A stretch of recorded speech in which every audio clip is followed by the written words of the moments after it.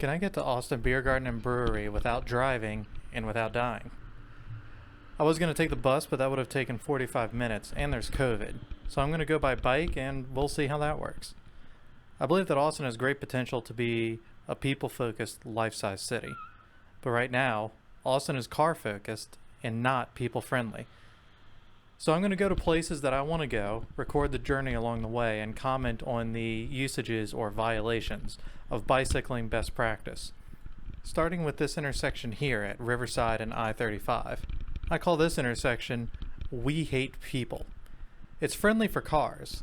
It's 8 lanes if you include the wide slip lanes. The sidewalks are narrow, and the beg buttons will usually require you to wait a full cycle to cross, even when you normally would have had the green pedestrian light. And when you try to cross, even to the islands, drivers who wait until the last second to change lanes to get on the interstate or the service roads, they'll honk at you even though they're the ones who waited and you're sitting there playing Frogger. Trying to cross this intersection with a bike frankly feels suicidal. And it's kind of a shame there's a dog park right on the other side of it. But if you want to get there safely with your dog, you're probably better off taking the boardwalk, going up a block and then circling back, or taking a car. Here I'm coming up on the hike and bike trail that goes along Lake Travis. And thank God for this. This is probably some of the best pedestrian infrastructure in the city. I typically use it to go most places that I want because it's probably the safest way to go east to west on a bike in the city.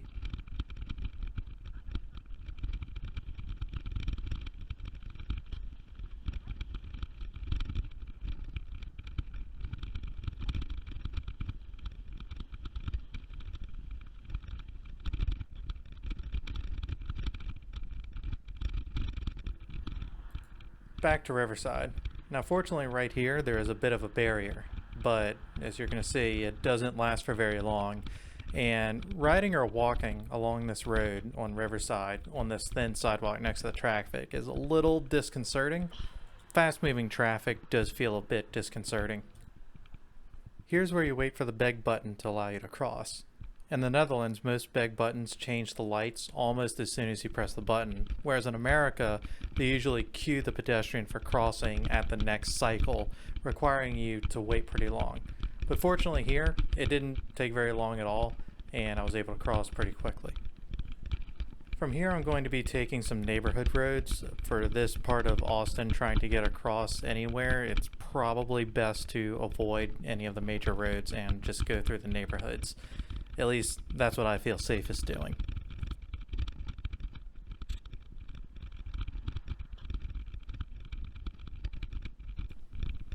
Here's a pedestrian bridge to get you through a neighborhood. This is actually really nice and I really like it. Most American suburbs are horrible for getting around. They're cut off from each other. More stuff like this connecting the roads and neighborhoods is more of what we need. Uh-oh. Road's closed.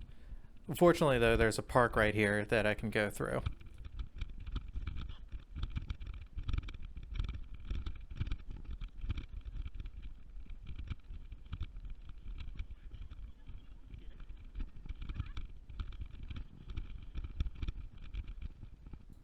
And this is where I realized that I made a wrong turn.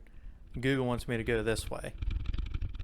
Now, one thing I noticed that when I was driving along these neighborhood roads, especially right here, is that it's felt like pedestrians and cyclists in these neighborhood roads are kind of secondary to places for cars. And that's even though this is right by a park.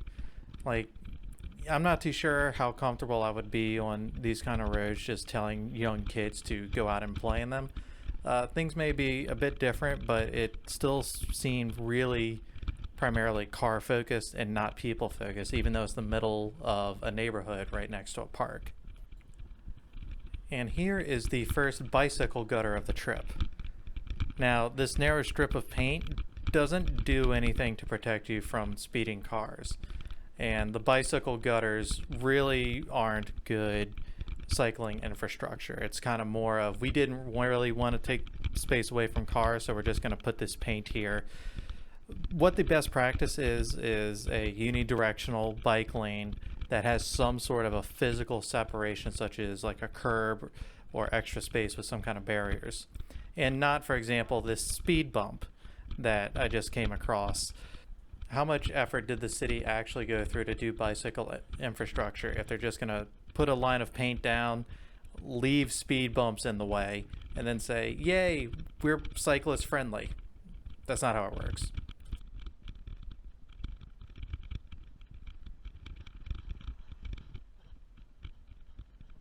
And another speed bump. And here is where we're seeing another violation of cycling best practice. The space for the parked cars and the cycling lanes are switched. Speed bump.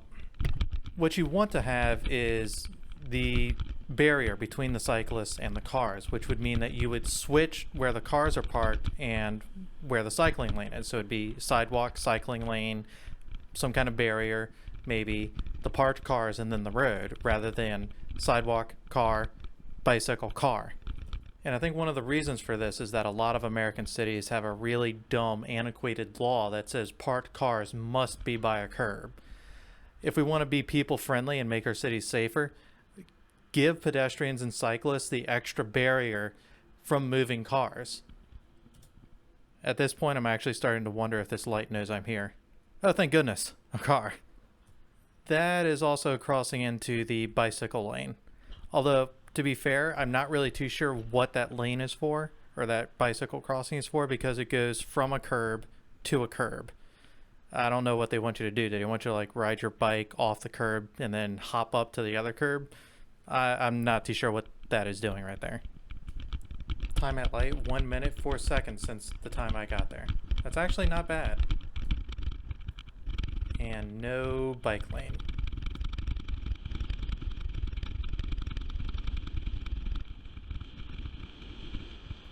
I was pretty much forced to take the middle of the lane here, and since I need to make a left turn, I now need to share about the whole lane with cars.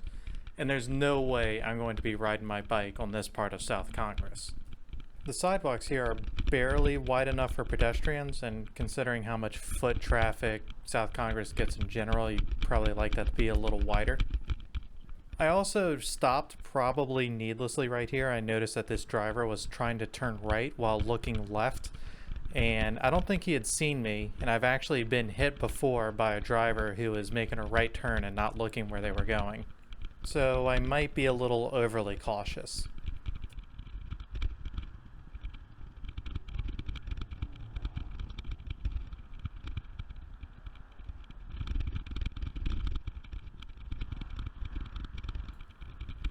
Here's some bumpy curves that I just went over that I noticed. One thing I've noticed about the sidewalks here and on my way back was that they try to do this transition of going from the height of the curb and transitioning down into the sidewalk rather than making it, you know, an even transition. It's now a bump except on the most innermost part. I don't know if that was done for aesthetic or what, but that is not good for people or strollers or, you know, anybody that's trying to make use of the sidewalk. I'm not sure why we do things like that. Now notice here there's this bicycle with a couple chevrons on it. I don't know what that means. Does that mean this is a bike lane or a bike road? Because it seems like it's fully open to cars. I don't really know what that means at all. Is it a car lane or is it a bike lane? Or if it's be careful, bikes share the road. How's that any different than what I've been doing this whole time, just trying to get to where I'm trying to get?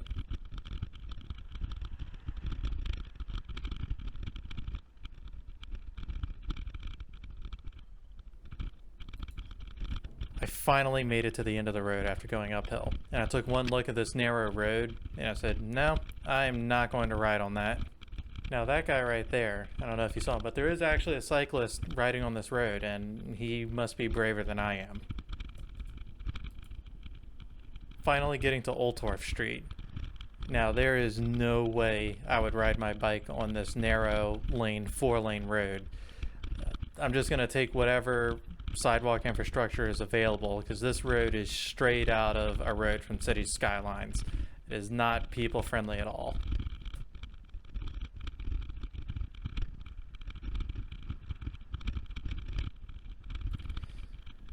And thank God there's a train down there that's stopping traffic. Otherwise, I'm not really too sure how I was going to get across. I was wondering before I made the trip how I was going to navigate crossing this road.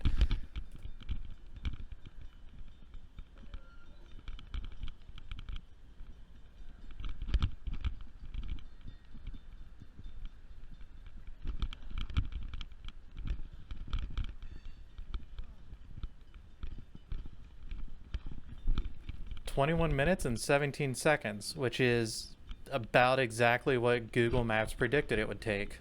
I'm impressed.